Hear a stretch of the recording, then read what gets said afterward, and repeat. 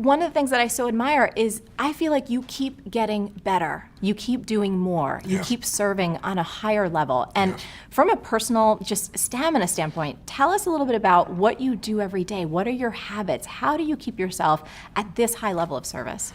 Well, I think there's the physical side of it, which I do the equivalent of an ultra marathon every weekend. I do 52 hours. On the last day, I did 26 and a half miles. The previous day, 22 miles. So just the physical side, you have to be in incredible shape. And I'm in better shape physically today, both my endurance and my muscular strength and so forth, than when I was 25, which is wonderful. And so I do certain things for that. But I think I should mention first, what's even more important is the psychological, spiritual side of things, because I think energy comes first, not from your body. It doesn't come from eating. It doesn't come from sleeping, because I've gone without those things for long periods of time and still been able to deliver. It comes from having a mission. It comes from something that you're being pulled by, not something you're pushing on. Those are two forms of motivation. You can push yourself to do things, and there's only so much you can push yourself to do. But if you're pulled, if there's something that you want to serve that's greater than yourself, there's something that excites you, if there's something that you're about, something you're made for, then there's a level of energy that most people would never dream of. And we all have that, but most of us don't connect to it and unleash it. So every day I connect and unleash that every single day. I don't hope it's going to be there, even though I know it will be, even though it's there. I don't take it for granted. And so I start out with my day by a process I do called priming. And what priming is, it's not a meditation, but it has meditative qualities. And what I do is I sit down. The first thing I do in the morning, I go and I jump in a hot tub or a hot water type of experience, and then I go to a freezing water. All my homes, I'm fortunate enough to have multiple homes, that I go, one of them I have a river I get to jump in. You've been there. Yeah. There are other places I have these cold plunges. And I do that to train my nervous system to go from 0 to 60 like that. Every muscle, every nerve in your body, every organ gets, when you hit 57-degree water, it hits. And so it's just my mental discipline. Then the second thing I do is I prime. And priming is I sit down and I do a minimum of 10 minutes, because my mindset is, if you don't have 10 minutes, you don't have a life. Right. So there's no excuse. So every day, sit down, and what do? I do 3.5 minutes where I do an explosive breathing pattern, a pattern that changes my biochemistry. And after I've done that, 30 of these intense breaths 3 times, I close my eyes and I'm kind of in an altered state, and I focus first for 3.5 minutes on just everything in my life, at least 3 things that I'm really, truly grateful for. And I don't do that in a hokey way. I don't do it in a mental way. I step into my body and feel it, and I make sure at least one of those things is something really simple. The wind against my skin, the look on my son's eyes or daughter's eyes, something that is just very fundamental, but I cultivate that feeling of gratitude, of appreciation for those feelings. And I do it for 3.5 minutes. Then I do 3.5 minutes where I do this process of focusing on healing, strengthening, and serving. And I start in a circle, starting with myself, and then I go through all the people in my life and associates, and I just send love to them. Again, it may sound corny, but to me, it's a part of what I'm here for, and it's a part of cultivating that energy, that healing and strength energy, and strengthening my passion, my appreciation, my insights, my capacity, my endurance. And then I do the last 3 minutes are what I call 3 to Thrive, which is, what is it that I really want to make happen? And sometimes I do that over what I'm going to do for the next 6 months or month, and sometimes it's today. I shake it up. But I see and feel and own that those things are done. And that starts, pretty much my day between those 2 items. And, then I have my workouts and things that I do of that nature. Yeah, and how about eating wise? Has that changed for you a lot over the years? It's pretty simplistic. I'm very simple. I eat a salad and I have some protein. I have fish, or I'll have turkey bacon. I don't eat red meat or chicken, but those are the things that I have usually in the morning, and my afternoon, evening meals are pretty simple as well. But before I met my wife, Sage, she's been the greatest gift of my life. When we first met, she's a phlebotomist and a nutritionist and acupuncturist, so I thought this is going to be the easiest thing in the world. And I'll never forget, we went on this date and she had a wheatgrass juice, and I was like, wow, this is going to be so easy, man. This is awesome. And then she ordered a hot fudge sundae, and I was like, what in the hell are you doing? And she goes, eating, you bastard. I should give some term around bastard that I was like too rules driven. And so she had this whole thing, you zig and then you zag. So I do that with her now. I do enjoy other aspects of life, but when I first met her, I noticed she zigged a lot more than she zagged, or the other way around, I don't know which one it was, but it's been a nice balance in my life. So I enjoy food and things of that nature, but I use food mostly as fuel because life gives me so much juice. I'm not looking to get out of food usually. And how about, because I know for me, my mind can go and I have so much excitement and so much passion that at night, sometimes winding down. Do you have a wind down process? My wife would say no. I say yes, she would say no. My wife loves sleep. Yeah. My wife can sleep 8 hours. It's the most beautiful thing in the world. To me, it's like sleep when you die. So that was one of the first things in our relationship that was a bit challenging because I'd want to get up and just go. I'll never forget we were in Fiji and it's like, even there, we're supposed to be on vacation, it's our home. I'd jump up at 6 in the morning and she's like, where the hell are you going? I go, start my day, run up the mountain, do it. She goes, get in bed, I'll show you how to start your day. It's like, okay, now that's a better way to start my day. Totally. But now what I've done is I get in bed with her because she's a lady. If you get up in the middle of the night, where are you going? China. Where do you think I'm going? It's 3 in the morning. I'm going to the bathroom, So I've learned to like get my work done in bed beside her and then she goes to sleep. But I watch silly movies. I watch things to let my brain disappear. Reading does not slow me down because then I start incorporating and using it. My mind goes crazy. I'm underlining everything. But I'll watch cartoon type movies like Family Guy or something to knock my brain out, quite frankly. Or I'll watch some silly series, I don't know, I'm thinking of now the different ones, what is it, Revenge or something of that nature. Something that my brain can just truly let go, and that's how I do it for the most part. Awesome. So, you've worked with presidents. You worked with people like Serena Williams and, one of the greatest investors in the world, Paul Tudor Jones. When you're called in to work with these incredible folks, how do you start to prepare yourself? Like, what are the questions that you ask to start to go in to serve at that level? Well, they're different for everybody, obviously, but what I try to do, if I was trying to look at it from a universal perspective, I guess what I really want to know before I get there as much as I can is everything I can about the person, and I do that because I really want to know what do they want? What do they want of their life? What's their mission? What are they after? And what do they fear? What are their concerns? Because I believe life is found in the dance between what you desire most and what you fear most. And if I know those two edges of a person, I know a lot. And then I dig under and try to learn as much as I can from other people about whatever the challenge may be. And then I go prepared to just learn from the person directly. But I want to know as much as I can before I go in there. Then I take all that I think I know, and then I see what's really real when I meet them. And I'm digging in to discover what's the challenge, what do they perceive it is. And usually, if I were to grossly generalize, if you're going to help somebody create a breakthrough, it all comes down to 3 areas. Either they've altered their strategy. We all have strategies, a specific way of succeeding, and sometimes we alter it, whether it be in sports or whether it be in finance or any other area. We forget something, we lose a little edge, we drop something out, and then it becomes a bad habit. Or sometimes it's a change in our beliefs. Like, you may have done something for decades and been really successful, but now, I know one gentleman who's a good friend of mine that, had 52 Academy Award nominations, and he said to me one day, he said, if I make one more frickin' movie, I'll kill myself. He's just like, I don't want to make a movie, I don't want an Academy Award, I don't want any of these things, And it's just like he's satiated. And so sometimes when people get satiated, they lose their hunger, they shift their beliefs. And when you change a belief, you change your biochemistry. When you change your belief, you change the way you execute, you change everything. And we all develop stories. And sometimes stories are empowering and sometimes the mental stories are disempowering. So I'm listening for those, I'm digging for those. And then I also look at their state. Because you could do the same exact action from a place of being pissed off or from a place of playfulness, and the same action's not going to get you the same result. And so I'm looking for that quality of what's going on in them. And then I look and try to find out what it was like before. So with Paul Tudor Jones, I went back and I watched videos of him when he was at his best. And I saw how he used his body and the way he moved, and I saw him now sitting still and kind of slumped over, and he'd broken his leg, and he had talked at a different tempo. So I look at biochemically what's happening, physiologically, I look at psychologically what's going on, and then I look at structurally what they're doing. And then I develop a plan to help them get back to where they were and beyond, to better performance than they had before. Incredible.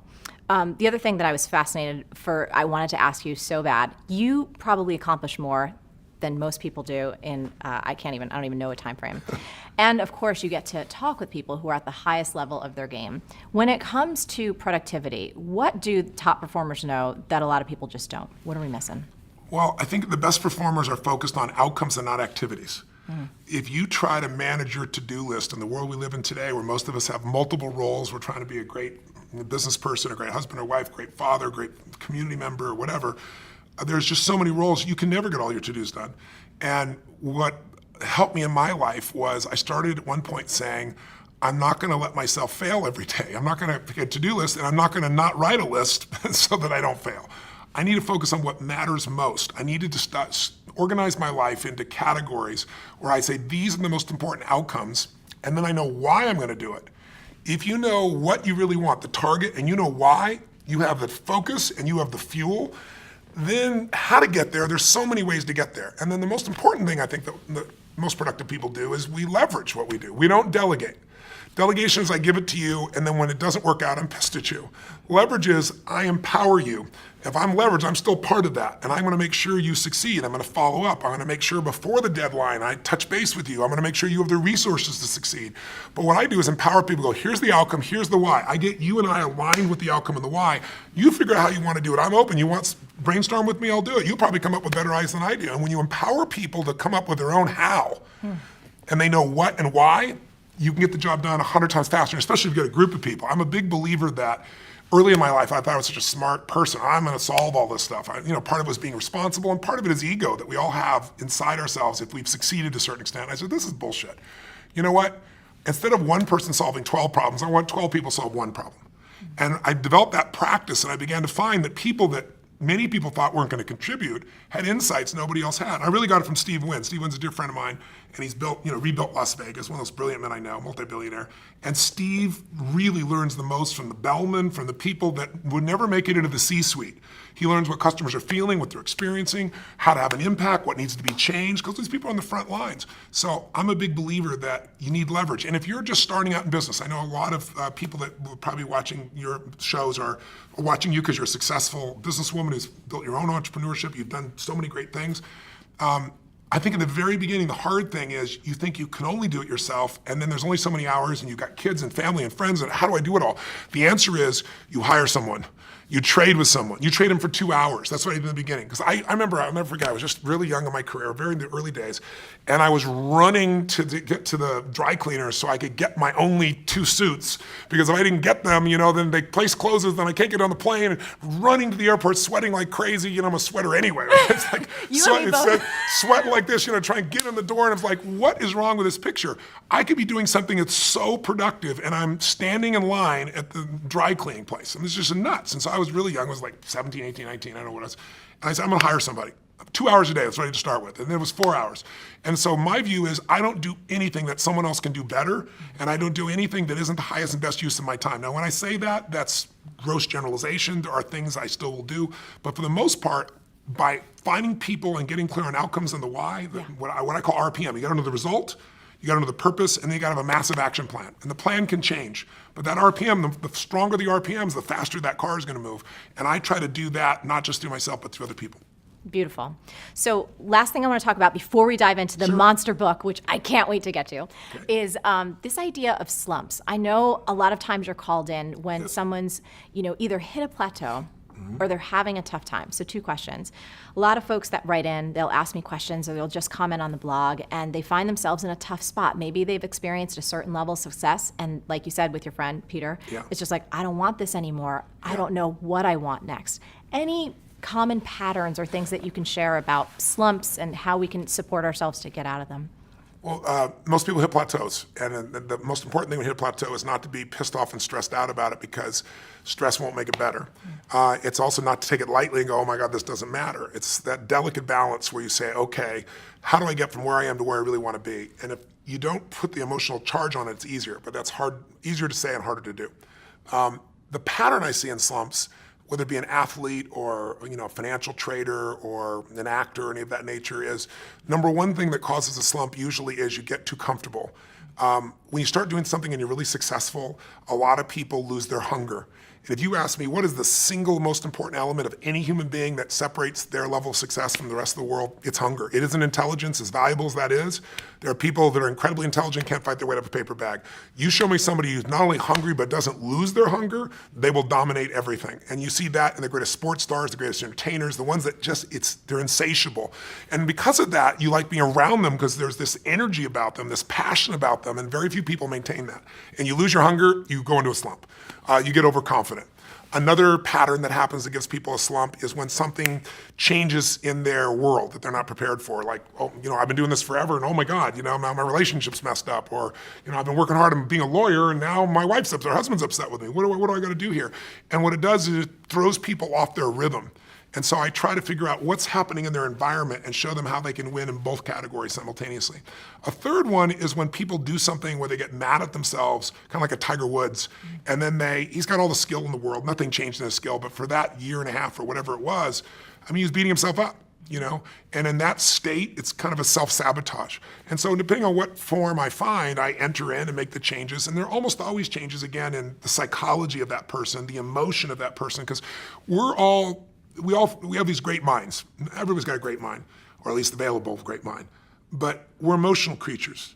And we forget that because we live in a society that tries to value thought much more than emotion, because emotion is scary for us. Emotion can come really fast. And so some people try to avoid it at all costs, other people are overwhelmed by it. My view is that emotional intelligence is a wonderful thing, but I much prefer emotional fitness. Intelligence is a capability. Fitness is a state of readiness. And what I do is I train myself to always be ready, and that makes you execute. And I think too many people settle for, I know this, as opposed to I'm doing this. And I try to train myself and others to be in that state of readiness all the time, because that's where life is really fulfilled at the highest level, I think. I do too. Agree 100%. So let's move on to this monster book, which it is a monster in the best way. It's the most beautiful thing. So do we have a copy that we can kind of bring in?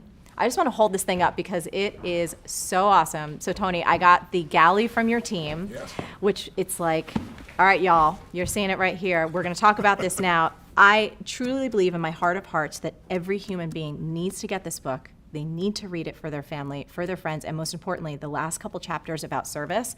I was in tears. I loved every bit of it. My copy is highlighted cover to cover. I've already taken action on a lot that's in the book. Yes. This is your first book in 20 years. Yes. Why this topic? Why now? And what makes it different than all the other money books that are out there? Well, one reason I haven't written a book is I hate writing. Just being honest. I'm on a plane about every 4 or 5 days. I go to 15 countries. I see 250,000 people a year. I love the live event. I love the spontaneity. You get to do something new constantly. You get to see what's really going on with a human being. And writing is an isolated, by yourself process that God bless the people that do that stuff. But I got pushed over the edge because there's only a few subjects in life that really affect the quality of your life, right? There's your body. There's clearly your relationships, your emotions, and money is one of those places. And I've shared with people a lot about this, and I grew up with in a very tough environment financially. We had no money. There were times, our car was repossessed. There were times we had no food. So, and it didn't last, but it was one of those places where you had that uncertainty all the time. And so when 2008 happened, that's what pushed me over the edge. Because when I started seeing so many people losing their homes, losing half of what they saved for their whole life, and then I kept thinking, well, the government's going to do something, because this is a raw, horrific situation that's been brought about by a small number of people.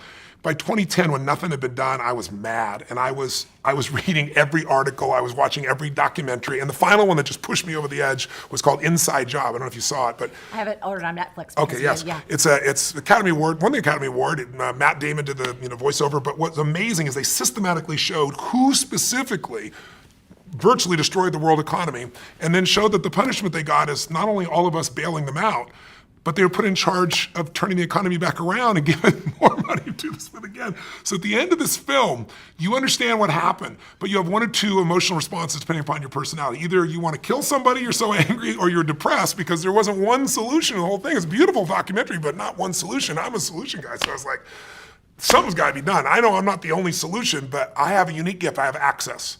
Because most people don't know, they think of me as the motivational, positive thinking guy. That's never what I've been. I've been a strategist my whole life, and Paul Tudor Jones, one of the top 10 traders in the history of the world, has been my client for 21 years. Literally every single day, he emails me, I measure him a variety of things, I see him face to face. I've been with him side by side when the tech crash in 2000, in 9/11, when he went through the subprime crisis, 2008, fall in gold, and he's made money every single year for 21 years. And even beyond me, his firm has made money for 28 years. So it isn't just me, it's Paul. And I've learned from him so much over those decades. And I just thought, if I didn't just interview him, what if I interviewed 50 of the most brilliant financial minds that in the history of the world that are alive today? Let me interview them. Let me find out, can the average person really still win? And if so, how? Let me get, not some talking head on television telling you the same BS about go put your money in some 12% per annum mutual fund that's never existed for 10, 15 years, but the truth. And so I began this 4-year journey, and I was blown away. My average interview was scheduled for 45 minutes. They went 3 hours, some of them 3.5 hours, 4 hours. And people became incredibly generous in what they shared. And they shared things that they've never shared before. And I put them into a 7-step process so that Whether you're a millennial that just got out of college and got a bunch of college debt saying, how will I ever get around this? I'll show you how to get financially free. You're a baby boomer and you lost a bunch of money in 2008 and you didn't get back in the market. I'll show you what you can do. You're a very sophisticated investor and you want to know what Ray Dalio does that it's never been revealed about, I'll show you what he does. And so I'm real proud of it. And you've seen the level of endorsement I have from the highest level of people in finance on the earth is pretty extraordinary. It's because it's really their work. It's not mine. I had so much fun reading it, and honestly, I was intimidated by a 600-plus book because I knew we were doing this interview, and I prepare as much as I humanly. I'm like, all right, I'm going to speed read, but digest everything. Yes. And one of the things in the beginning, when you start breaking down the myths, Yes. I just kept getting sicker and sicker and me sicker too. with how much the general public, how much people don't know and how they're taking advantage of. So I wanted to ask you, was there one in particular that just totally pissed you off? There was a ton. I know there's 9 myths in the book. I put the 9 most abusive ones in there. I mean, they're there. Here's what I'd say. I want to mention one of the myths, though, to start with. Yeah. Not a myth, but a step. I want everybody who's watching to remember one thing. The biggest myth you have, not the one that's been sold to you, that hurts you is the average person thinks finance is so complex because, frankly, the industry tries to make it sound complex. They use words that you don't know, so you don't know what to do. What does this mean? And so what happens is we just give them our money and say, deal with it, and we don't realize that system has been set up. It's not an evil system. It's set up by corporations that are looking to maximize profit for those corporations. They're not looking out for the investor because this investor's second, and we think we're first, and we're not.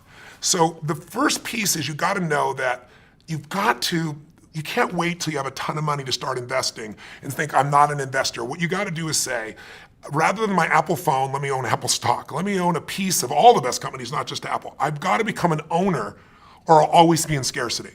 If you can invest in business, even a small amount, you can grow. And I don't care how small it is, but you got to automate it. There's a gentleman named Theodore Johnson who is amazing. He worked for UPS, started as a driver, never made more than $14,000 total in a year. That was his highest salary in a year. In his old age, he's worth $70 million. And how did he do it? All he did was what I teach is the first step is you got to take a percentage of what you earn and pretend it's a tax. You're never going to see that money again. You automate it, it goes straight to the investment account, and you never see it as money you can spend. He did that with 20%. He said, I can't save 5. Somebody in his family said, if there was a tax, you'd pay it, and they made it 20%. When you save 20% and you compound it, its numbers are incredible. So I show people how to do that. But then the problem is, if you do that first step, but you don't do the second step, which is become an insider, yes, and understand the rules of the game, then the old adage is a person with money meets a person with experience, the person with experience ends up with your money. I mean, that's how it works. So I'll give you 2 or 3 of the myths real fast. One, this myth that someone says, give me your money and I'm going to beat the market. It's just a lie. Warren Buffett made it clear it's a lie. Ray Dalio, one of the greatest investors in history. David Swenson, who has taken Yale's money, $1 billion, and converted it to $24 billion in 2 decades. The greatest institutional investor in the world. They've all said it. Warren Buffett flat out said today, he said, listen, in my will, 90% of my money, all that money does not go with any mutual fund, it goes straight into the index. What the index is you get a piece of all the largest companies in the world, but it costs almost nothing to get in. Because over any 10-year period of time, 96% of mutual funds will not even match the market. Now you're paying for a mutual fund. What this means is you hire someone because you say, I have a family, I have a business, I have a life. I'm not an investor. I'm going to hire someone who's a professional. It makes sense. They would do better than me. Unfortunately, that's wrong. Because what happens is 4% of them will beat the market, but it's not the same 4%. Mm-hmm. So your chances of finding the right one, have you ever played blackjack? Yes. So if you play blackjack, everybody knows you play for 21. If you go above 21, you're gone. If you get 2 face cards and they're sitting in front of you and you got a 20 out of 21, and you got the chance to stay or say hit me, if you hit you, there's only one card that'll get you to the other. It's an ace. If your inner idiot says hit me, you have an 8% chance of winning. You have a 4% chance of finding the right mutual fund. It's not going to happen. So what happens for people is they think they've been sold we're going to do better, and they might for a year or two. But what matters, you live off the long term. You don't live off the year or two, and they just don't do it. Warren Buffett has a bet right now with Protege Partners, which is a group that does hedge funds, and he said, you can pick 5 hedge funds. You can mold the best of them together. I'm going to own the market, which costs me next to nothing. You're going to get the hedge funds, which cost a lot. 10-year bet, who's going to win? Put up $1 million. Right now, they're 6 years into it. Warren Buffett's at 42%, they're at 12%, right? Oh. Just crazy. So the second thing is after getting terrible performance, people say, well, fees don't really matter, or they'll tell you it's only 1%. And I ask people all the time, how much are you paying? And they go, I don't know, or they'll say 1%. 1% is called the expense ratio. That's like the edge of the sticker price. If you read that 50-page prospectus in your mutual fund, even one of them has 50 pages, which you won't, you'd have a hard time with a PhD figuring it out. In fact, there's a man named Hilton Smith, I quote in the book, who spent 2 weeks, he's got a doctorate as an economist, took him 2 weeks to go through them all and figure out there are 17 different fees. And Forbes says the average fee is 3.12. Now, if you're watching right now, I'm sure I've lost your brain with all these numbers, so let me make it real for you. 1% versus 3%, big difference. Huge. Right? Here's the difference. Just like you grow by compounding like Theodore Johnson did, your fees also compound. And people don't know that when they hear that little number. So if you had three people and one gets 1% in fees, 2%, the other in 3%, they all get the same return. They start out with $100,000 at 35. For 30 years, they accumulate to 65 years old, 7% compounded. They all get 7%. The only difference is the fees. And when they go to retire, the person at 1% in fees is going to have $574,000. $100,000 to $574, not a bad. If they added not another dime, pretty amazing. The person at 3% in fees will have $224,000. 77% less money. If you want to win a race and you have a 100-pound jockey on the back of your horse, or you want a 300-pound jockey on the back of your horse, fees at 3% are that. If I said to you, here's a deal, let's do an investment, and here's how I want it to work. You give me the money, you put up all the money, you put up all the risk, I'll put up no money, I'll put up no risk. If you lose, I win, and if you win, I win. And if you win, over the life of the time, I'll get 60% of what you earn. You'd say, I'll never do that in a million years. That's a mutual fund with 3%. It's one of the only industries on earth where they've confused this enough that we don't understand we're overpaying by thousands of percent. You could own the stock market, the S&P 500. You can own a piece of all 500 big companies through like the Vanguard 500. Mm-hmm. And you get the best of all the business, Apple, Exxon, all these companies. And it costs you 0.17. That means less than 0.2%. If you went to a normal mutual fund, you might own the same companies for 3.17. That's like buying a Honda Accord for $20,000 or $350,000 for the same car. If you pay $350,000, you figure out the person next door paid $20,000, so you go crazy. That happens every day with finances because people don't know how to look at this. So when they read the book, that'll never happen to them again. Yeah, and this is, there's so much. I could talk to you forever, and I know your team is like, oh my God, we got to get him out of here. But a couple things before we wrap up. First, what we discovered with the all-season strategy and what you were able to inspire Ray, one of the leader of the largest hedge fund in the world. Yes. It's absolutely incredible. He's an amazing man. Let me just give it to you really quick. Ray Dalio is his name. Ray heads Bridgewater, which is the largest hedge fund in the world. A hedge fund is where wealthy people often put their money because they can bet up on the market or down and be able to do a lot of things as a hedge fund. And a large hedge fund, a good sized one, might be $15 billion, Ray's $160 billion, so he's 10 times the size. To give money to Ray 10 years ago, you had to have a $5 billion net worth and a minimum of $100 million on the first day, or he wouldn't even talk to you. That was 10 years ago. Now, no matter how much money you have, you won't do it because he manages money for China, for countries, for giant pension funds. So I get a chance to meet Ray, and I did 15 hours of prep for that. Just like I want to be all pitch and catch with him. I was very fortunate, found out that he'd listened to my tapes and was a fan of my work from years before. And so our 45 minutes went close to that 3-hour mark again. And at the end, I said to him, went back and forth, and he really enjoyed it, and I enjoyed it, obviously, learned so much.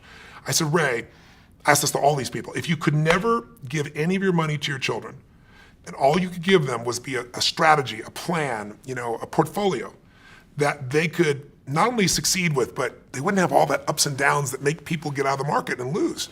I said, what would it be? And he said, my all-weather portfolio. I've already designed it. All my money's in it. My kids' money, all the money that I have for contribution to society is in it. And he said, because I know I'm not going to be here forever, and I need something that's going to work in any market. And he said, I worked it all the way back to 1925. I've tested it, and it makes money. And he said, I did it for myself for years, and now I do it for my clients. I said, explain it to me. So he explained it to me, and I'd done my homework. I knew a lot about it already. But at the end, I said, okay, Ray, you've really explained this. Brilliant. You're showing me why in 2008, people that had half their money in stocks and they thought they were safe, half their money in bonds, like everybody tells you, a balanced portfolio, they both lost money. He explained why. He explained how you could avoid that. Hey, are you feeling overwhelmed, exhausted, or just drowning in busy work and still not making the money you deserve? In this brand new training, you're going to learn 3 super common mistakes that can kill your productivity and tank your profits, and how to stop them fast. Just go to marieforleo.com/free class or scan the QR code on your screen right now. But I said, Ray, you told me everything but the percentages. So it's like, bake this perfect chocolate cake. And he says, bring some chocolate, bring some sugar, use some dairy products, but you're not telling me the amounts. I said, he goes, Tony, that's my secret sauce. And they give me the whole 5 billion, 100 million. I go, I know, but you said you haven't taken money in 10 years. You're not going to take any money. The average person can't do it on their own. Help the average guy out. And I was teasing him, pushing him. And he goes, well, it's complex. I said, but I'll simplify it. He goes, well, there's leverage. I said, design one without leverage. The average person can do 15 minutes a year. And he goes, well, it wouldn't be perfect. I said, your idea of not perfect will be better than anybody else on earth. Totally. So he sits there and he starts scratching this thing out for me. And I'm like feeling this vibration in my body. It was just incredible. At the end, it was incredibly generous. We went and tested it, back tested it. So it means you compare it year by year what it did. In reality, not hoping what it do, but back testing something for a year or 2 years or 5 years, one thing. We back tested it 75 years, the worst and the most volatile times in our history. And interestingly enough, it's right 85% of the time it made money. And the few times it didn't, the average loss was 1.6%. The largest loss in 75 years was less than 4%, minus 3.5. And that was 2008 when the market from top to bottom was down 51%. And that's the most of the loss in 75 years, and the average return is just under 10%. And this is something, a bunch of my friends were like, bake this into a business, dude. This is like incredible.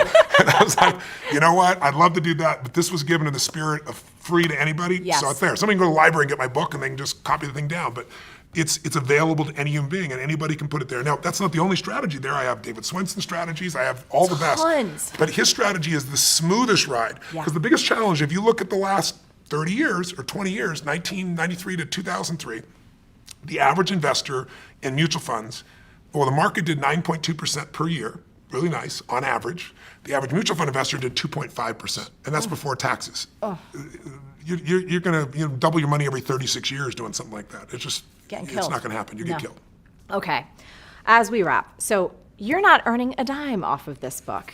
No. So tell us all about your passion for making a difference and what happens each and every time someone purchases a copy of this incredible thing, which everyone needs to get. I'm really proud. I didn't start out to do that, quite frankly, but I was writing the book, and as I mentioned, when I was a kid, we had a Thanksgiving, no money and no food, and somebody came to the door, knocked on the door, and delivered this food, and it was life-changing for me because it wasn't the food, it was that my father had always said, nobody cares about anybody else, He built that belief system into us, and I saw that strangers really care.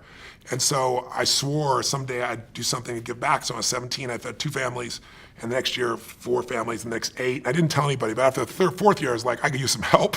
So I got my friends involved, and then my companies, and then it built to 1 million people, and then 2 million people. In the last 4 or 5 years, I've been matching the 2 million my foundation does personally with another 2 million, so we feed 4 million people a year.